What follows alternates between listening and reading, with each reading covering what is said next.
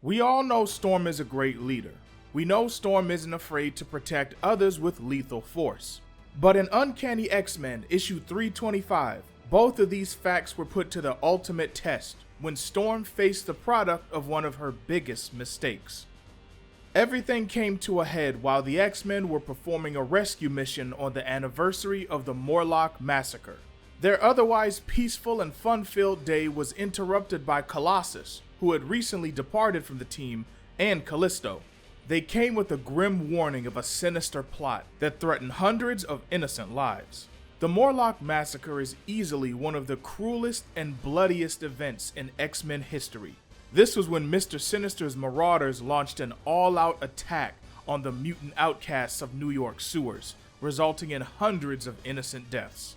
Some of the survivors were transported to another dimension known as the Hill by the older brother of Colossus, Mikhail. Time at the Hill moves faster than on our Earth, and Mikhail ruled the Hill with an iron fist. In this environment, the young Morlock survivors grew cold and hateful towards their predecessors. This new hardened generation of Morlocks formed a radical group called Gene Nation, and among them was a woman named Marrow, whose mutation granted her advanced bone growths that she used as weapons. She was the mastermind behind Gene Nation's current plot, which Callisto made plain as day. The intention is to kill a human for every Morlock that died during the Morlock massacre. The X-Men are left with no choice but to trust Callisto's word and form a temporary alliance while they investigate Gene Nation. Along the way, Callisto reminds Storm that she still considers herself the true leader of the Morlocks. Storm may have won the position, but she never possessed the heart to truly lead them. Definitely not in the way that they needed to be led. She even questions whether or not Ororo cares for the Morlocks at all. In truth, she cares deeply for her Morlocks, but her responsibilities always lied first with her family, the X-Men. To secure her position as team leader, Storm all but totally abandoned her other responsibilities, including her Morlocks. Though she did step in to provide aid now and then, such as intervening during a Morlock civil war. But overall, Storm's leadership of the underground mutants was lax at best, a fact that even her fellow X-Men bring up frequently. Callisto. So, our glorious leader deigns to visit us after all this time. Is this Christmas charity, or did you just come to watch a Morlock suffer? I am asking you to show the courage needed to save a child's life! He wouldn't be dying if you looked after these people. Perhaps you are right. Meanwhile, Marrow and her comrades prepare for battle in the shadows. They track the X-Men's movements with ease. Their strategy is simple but effective. Ambush, divide, conquer. Storm and Callisto attempt to free a group of human hostages, one of whom is the host body of a familiar Morlock face, Sack. But his attempt to get the drop on Storm is in vain, as she unfurls a whirlwind to knock him flat. She holds back only because his host's human body is still alive.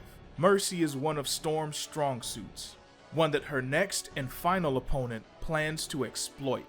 Finally, Storm is face to face with the Gene Nation mastermind. Marrow speaks as if she's familiar with Storm, who can't recall ever meeting her, but she has met her before. When she knew her, she was a little Morlock girl named Sarah. She was there on the night of Callisto's defeat when Storm took control of the Morlocks. Storm was beautiful, the bright lady, not dark and ugly like Callisto.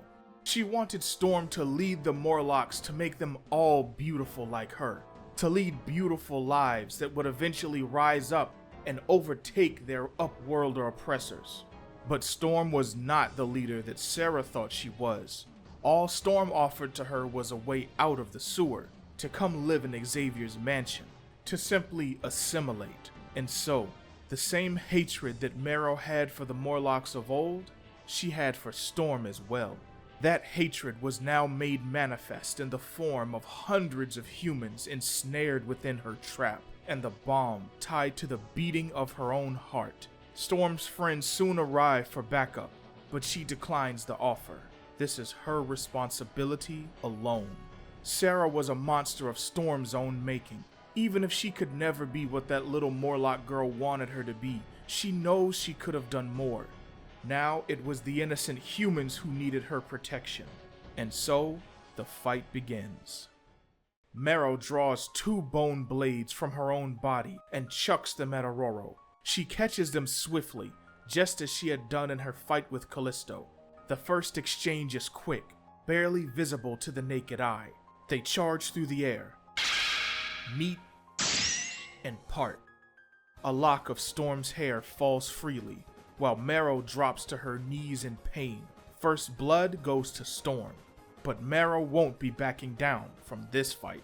This is what she learned from Storm, to never give up. But she didn't learn the whole lesson. Storm tries to drive this point home before Marrow cuts her off, enraged by her insistence of using her old name, her human name. She answers Storm's unintended insult with a sharp bone to her side. She takes the pain, keeping it locked away and keeping her head in the fight, still looking for a less lethal option. Marrow thinks there is no choice but this, just as she had no choice in becoming the woman she is today. But Storm disagrees, with word and with blade. The choice between good and evil is always one, left up to free will. Just above the combatants, one of Marrow's morlocks by the name of Reverb assists his leader by attacking Storm psionically. Wolverine and Colossus wind up for a signature fastball special, but it's not needed. While first slowing Storm down, the terrorist's attack is ultimately ineffective. Storm's is not. After putting Reverb down, Storm tries to regain her composure, but Marrow is quickly upon her again. Her bony dagger pressed against Storm's throat, the fighters now stand body to body. The ticking is as loud as life itself. 30 seconds to go. Marrow piles the loathing on high in what she intends to be the last words that Storm ever hears. How this is all her fault. How she failed little Sarah and all of the Morlocks back in those sewers. But Storm won't have any of it. She knows and owns her mistakes, along with all of life's hardships. Everyone chooses how to live their life, how to deal with the hardships that it brings. And in this moment, Storm chooses to take Marrow's choice away.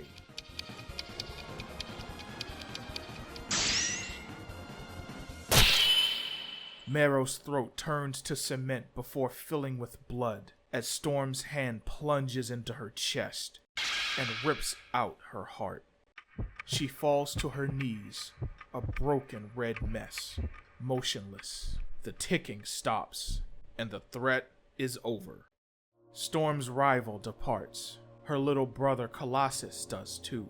The innocent are safe, and yet Storm can barely move. Not from physical pain, but from her own aching heart.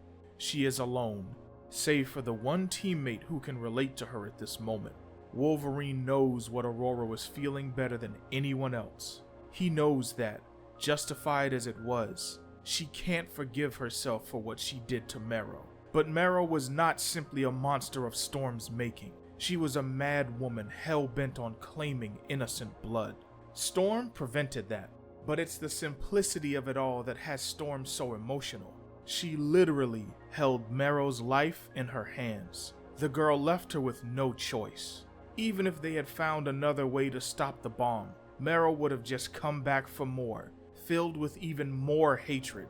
And in the end, that's what truly has Storm so depressed. The final realization that there was nothing she could have done to erase a lifetime of disappointments, failures, and hate. And regardless of what anyone else says, Storm knows that she contributed to those disappointments. But that, according to Wolverine, is what being an X-Man is all about. Their ultimate goal is to save the world from itself, to do everything they can to keep more people, mutant and human alike, from becoming monsters. This is a crucial chapter in Storm's story, and it's a necessary part of every great leader's journey to wrestle with their failures. We would continue to see Storm lamenting her fight with Marrow and the existence of Gene Nation in issue 1 of her first solo series ever, which came out the same year as Uncanny X-Men issue 325. She blames herself for the existence of G Nation and her inability to lead the Morlocks long term. But it culminates in a beautiful scene where Storm performs something called the Ceremony of Light in the Morlocks Cathedral under the city. The Ceremony of Light is one of the brighter aspects of Morlock life, no pun intended, where once a year they get together in an illuminated spot of their cathedral and redirect the natural sunlight through mirrors to illuminate the beauty of their underground home, while also proving to be a symbol of hope that one day they can actually live in a world that accepts and loves them instead of being persecuted, hated, and scorned. So when Storm performs the Ceremony of Light, she's doing so in remembrance of all the lives that were lost during the Morlock massacre, everyone who went the path of G Nation, and most of all, Marrow herself. And it's through this Ceremony of Light that Storm's wounds from this ordeal begin to heal, and she finally begins to forgive herself. Then a few weeks later, Marrow returns with Callisto because, SpaghettiOs, she has 2 hearts. Also, Callisto's firmly back on her bullshit. Lord, it never stops. Let me know down in the comments below what you thought of this brutal issue. And after you do that, click this video right here to get more Weather Witch goddessness in your life. And until next time, you best keep right on simping.